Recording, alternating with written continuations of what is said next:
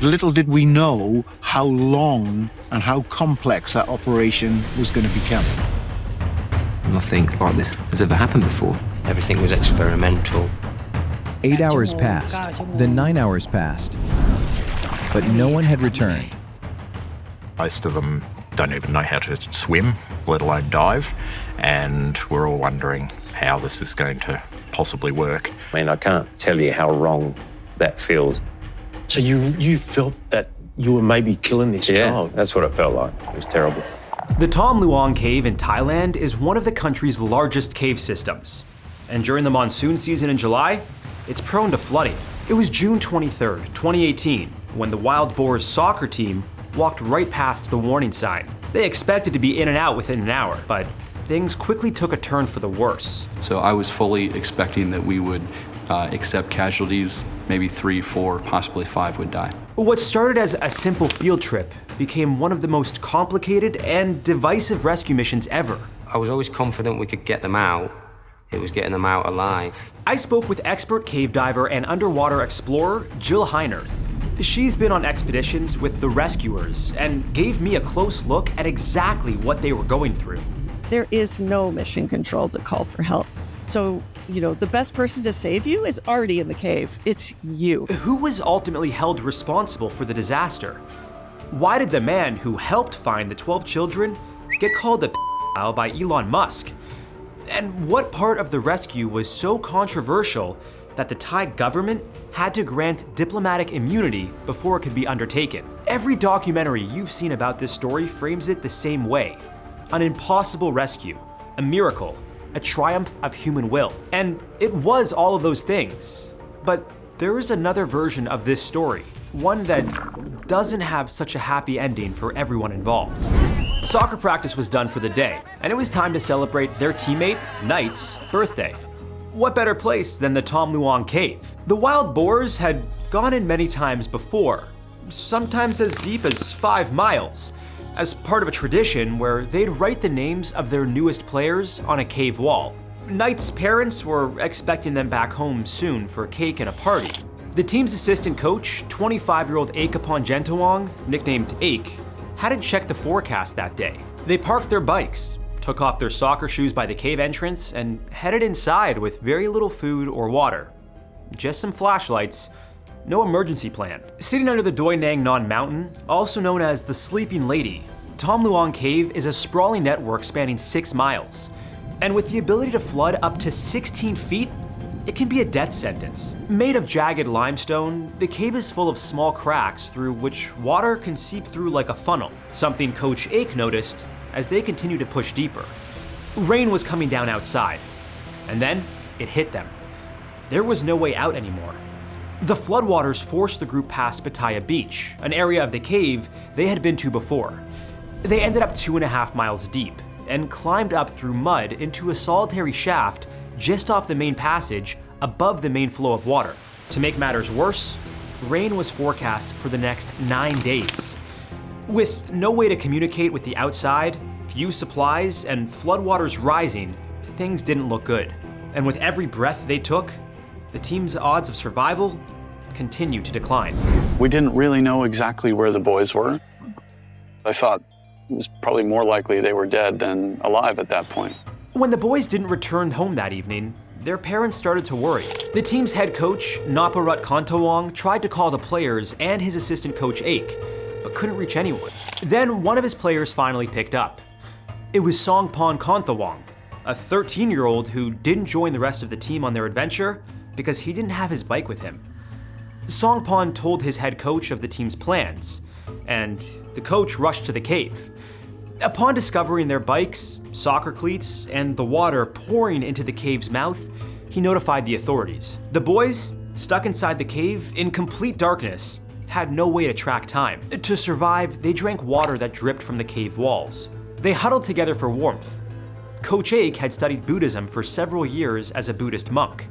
He taught the boys to meditate, helping them conserve their energy and air, which they were quickly running out of. Meditation is really useful because it's all about detaching from thoughts, just recognizing that they're thoughts, and slowing your breathing. Normally the cave is at about 21% oxygen when it's flooded, but they were getting dangerously close to the limit.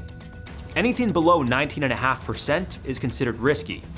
Breathing in too much CO2 could lead to unconsciousness, vomiting, and permanent brain damage. If oxygen drops below 6%, it's an instant death sentence. In the case of these kids, like, they ran in when the cave was dry, and then the water rose and trapped them in an airspace with sort of a river at their feet, essentially. Now, it was fairly large airspace, but it's not being replenished. So slowly they're using up the oxygen, but they're also raising the carbon dioxide. And as you raise the carbon dioxide, you start to feel a little short of breath, and you actually breathe more. So it becomes this terrible feedback loop.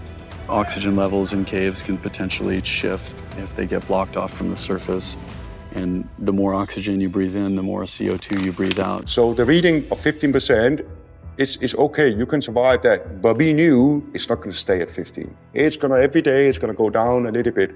And when you get to about 12, 10%, you can't survive that anymore. Both the oxygen level and the carbon dioxide level that were problematic in that chamber. And if they could have drilled a hole and sent a pipe down there and pumped pure oxygen into the chamber, that would have been fantastic.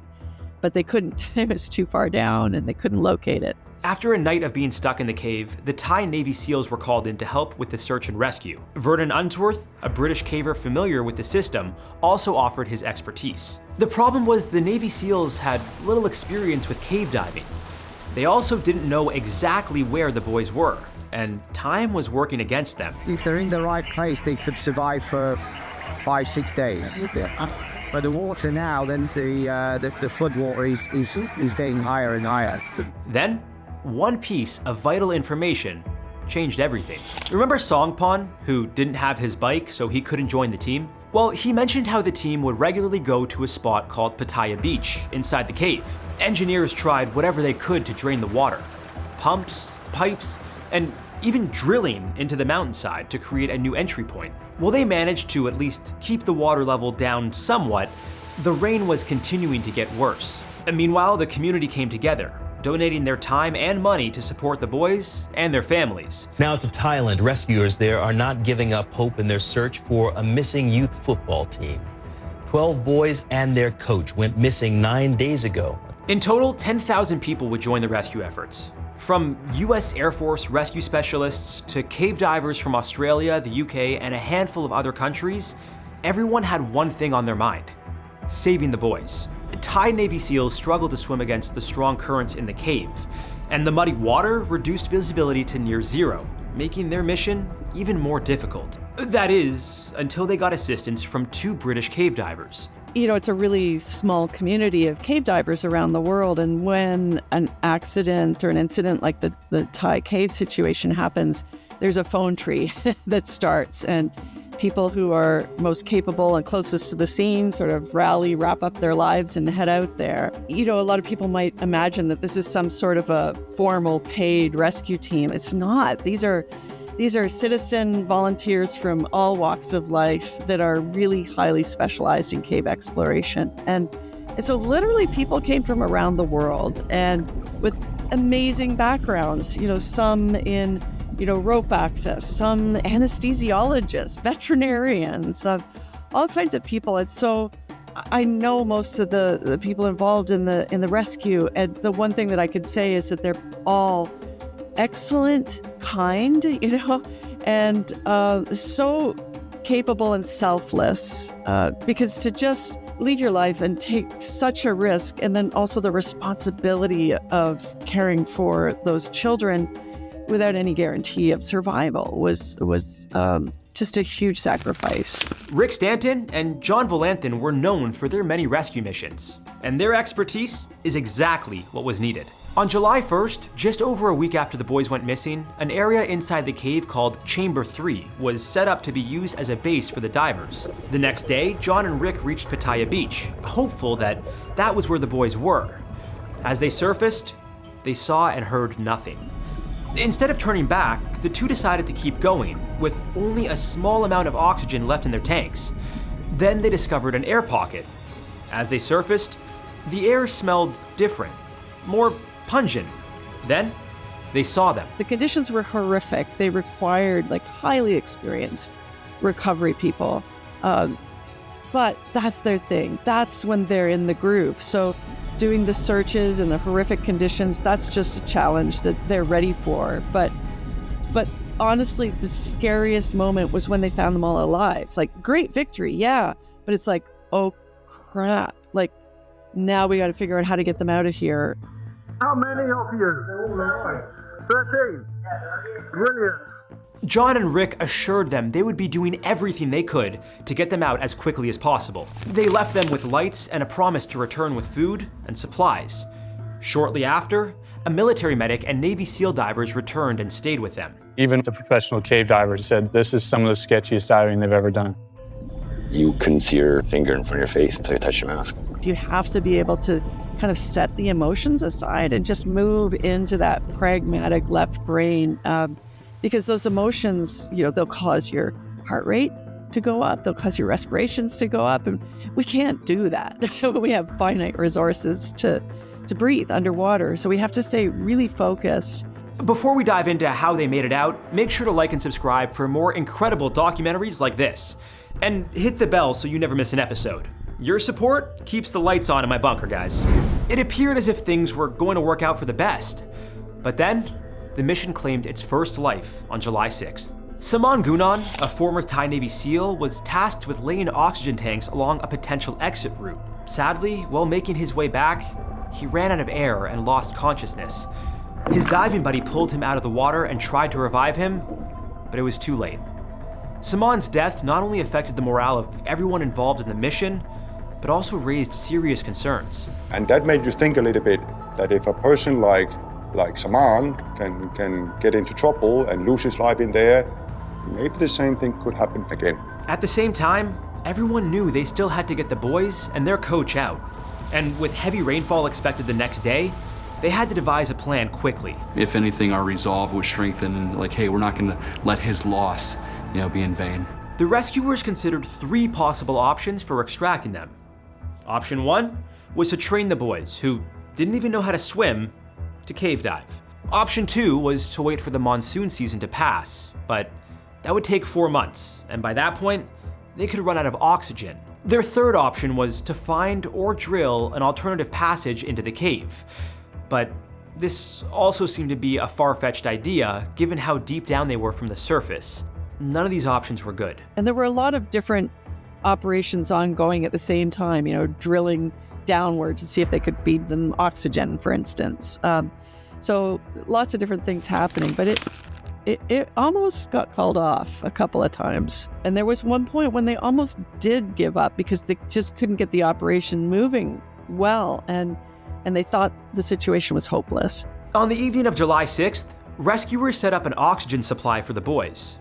They were also able to write letters to their parents, with the divers taking their notes back and forth. Mom and Dad, I love you. If I can get out, please take me to eat crispy pork. I am fine. It is a bit cold, but don't worry. Please don't forget my birthday. Dr. Richard Harris, an anesthesiologist and cave diver, came into the picture. Possibly one of the only people in the world qualified for a rescue mission as specific as this one. And he suggested a plan many thought was crazy: sedate the boys in order to get them out. First thing that Richard Harris did when he got in, and he was the anesthesiologist, is he measured the air in the chamber and went, this isn't good. You can tell a kid whatever you want, but in an actual situation where you've got a kid underwater, they're more than likely going to panic. The worst thing that could happen would be one of those guys panicking. And if you put me in a full face mask with no previous experience and dragged me out of a cave for it's about a 3-hour trip, then I would be terrified and probably panicking as well. Inject them with a mix of ketamine to knock them out, atropine to stop them from choking on their own saliva, and alprazolam to stop them from panicking. It was a huge risk, and everyone involved knew it. So I was fully expecting that we would accept casualties, maybe 3, 4, possibly 5 would die. Kids were weak, susceptible to infections, and they wouldn't have survived in that chamber. So the only option was to, convince the people in charge and just say, listen, If we don't do this, we know one thing is for certain, that they will all die. But if we try, we have a chance. But there was never a guarantee of success. Given the high probability of casualties, Dr. Harris and his colleagues required that they obtain legal immunity from the Thai government in the event of an accident. In other words, they didn't want to be held responsible if some of the kids died, which was expected. But if they didn't do anything, it was a guarantee they'd all die. With no other options, the government agreed that this was its best bet. Then, Elon Musk offered an alternative solution. Create a mini submarine and transport the boys out. He even tweeted out his progress. You said it's totally impractical. It worked in a pool, a Musk's submarine, but in the cave it would have been far too dangerous. You then flippantly told a reporter from CNN Musk could stick his submarine where it hurt.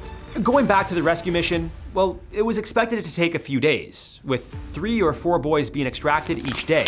Cave diving, and especially in a rescue scenario, is incredibly stressful. It's also incredibly physical. So imagine these children. First of all, you've got to care for a child. You're holding their life in your hands, quite literally.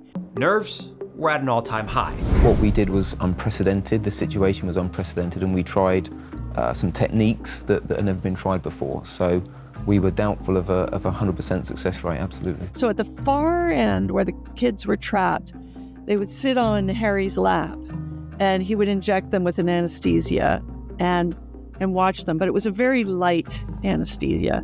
And he would watch them, and their respirations would slow, and they'd carefully put a full face mask on the kids, and then tie them up, bind them into a stretcher, literally, to contain their limbs. And then they have to pull or push or drag this child through this maze of an environment with not, losing the guideline. Because if we bashed him against a rock too hard and it dislodged that mask and flooded his mask, he was a goner. Some areas were so tight that the divers had to unstrap their oxygen tanks to squeeze through, while still holding onto the boy they were responsible for. There were many times when people got off course and momentarily or for a while lost, or they were managing a child whose respirations they could no longer detect. Once they reached Chamber 3, the boys would be strapped to a stretcher and carried by another group through chin-high water. In less flooded areas, hundreds of volunteers formed a daisy chain, passing the stretcher by hand. Then, a pulley system was used to transport the sedated boy further through the cave. The first child was successfully extracted. It was an incredible moment, but could it be repeated? Not if the sedative wears off underwater. And every once in a while, kid would start to wake up. They would start to sometimes even go into a little seizure, at which point, in the blackness, you can't see. You have to reach down, find your pocket on your hip, reach your hand into the pocket, and bring out a syringe and now inject the kid to stop them from seizing. And at that point, if it's too much, they're going to stop breathing. I was on my own. There was no dry place to put the boy, and I needed to inject the sedative into his thigh. He reached a part of the cave where the water was chest deep and used his legs to pin the boy against some rocks. That freed up his hands to open the syringe bag. They all started floating around in the water, and I'm trying to get the syringes. I was quite nervous, obviously, and I managed to bring his leg up, put the sedative into his leg. Miraculously, their dangerous plan worked. Well, this is what all of those who've been involved in this operation have been waiting to see. The boys are coming out. All 12 boys, every child from that soccer team has been rescued from that flooded cave in Thailand after 18 days. Most coverage on this story ends after the boys were rescued, but the sad reality is, the ordeal didn't end that day. In December 2019, Royal Thai Navy officer Beirut Pakbara died after a 17-month-long battle with a blood infection he contracted while working on the operation. Although he was under medical supervision, sadly he succumbed to the infection more than a year after the incident. Around the same time, a defamation trial between Vernon Unsworth and Elon Musk was nearing its end. A man who should have been considered a hero, being a key figure in the rescue, was now in the spotlight after Musk called him a Musk deleted the tweets, but then sent emails to the press doubling down on his claims, which led to the lawsuit. When all was said and done, the jury ruled in favor of Musk. For Unsworth, it wasn't about the money. It was about the emotional toll it took on him. I would say the bigger cost, Vern, just from the look on your face, is an emotional one. Yeah. And reputational. Yeah. It hurt you. Humiliated, dirtied, ashamed. Speaking of lawsuits, some thought Coach Ake would be held responsible for leading his team into the cave in the first place. Instead, he was hailed as a hero. Knowing what the boys went through and his efforts to keep them alive changed people's perceptions. Coach Ake ensured all the boys were transported out of the cave before he was, and didn't eat while they were stuck so the kids would have more food. The coach was heroic in that effort to keep the kids calm, get them meditating. Probably they were using less oxygen breathing just because they were, relaxed and calm. Sadly, the incident took a third life in 2023. While attending school in the UK, Dom Promtep, who was the Wild Boars captain when they got trapped, was found unconscious in his dorm room. 2 days later, he passed away while in the hospital. A coroner determined he had taken his own life. The exact reasons remain unknown. Whether you're successful or not, there's a lot of PTSD that comes with a bad dive, a recovery operation, even if successful. Although many see this rescue as a miracle, it's important to recognize and honor the men who sacrificed themselves to save the boys and their coach. It's the emotional toll of what you would feel if you lost a child and had to bring them lifeless to the surface. I mean, it's just unthinkable what that would just do to your psyche for the rest of your life. The cave reopened 5 years after the incident and has since become a tourist hotspot. As expected, it only operates on dry days and is closed between July and November out of caution. The warning sign we mentioned earlier is still by the cave, but something else has been added. A statue of Saman Gunan, honoring his bravery. If you're ever going cave exploring, always tell people your plans. Hope for the best, but prepare for the worst. Bring extra supplies and have an emergency plan in case things go wrong. Personally, I don't think I'd ever step foot in a cave, let alone go cave diving. Although things worked out for the Wild Boars, the same can't be said for a group of friends who went cave diving in Norway. Check out our video on the Plura Cave Rescue for another terrifying underwater nightmare. We'll see you next time on another episode of How to Survive.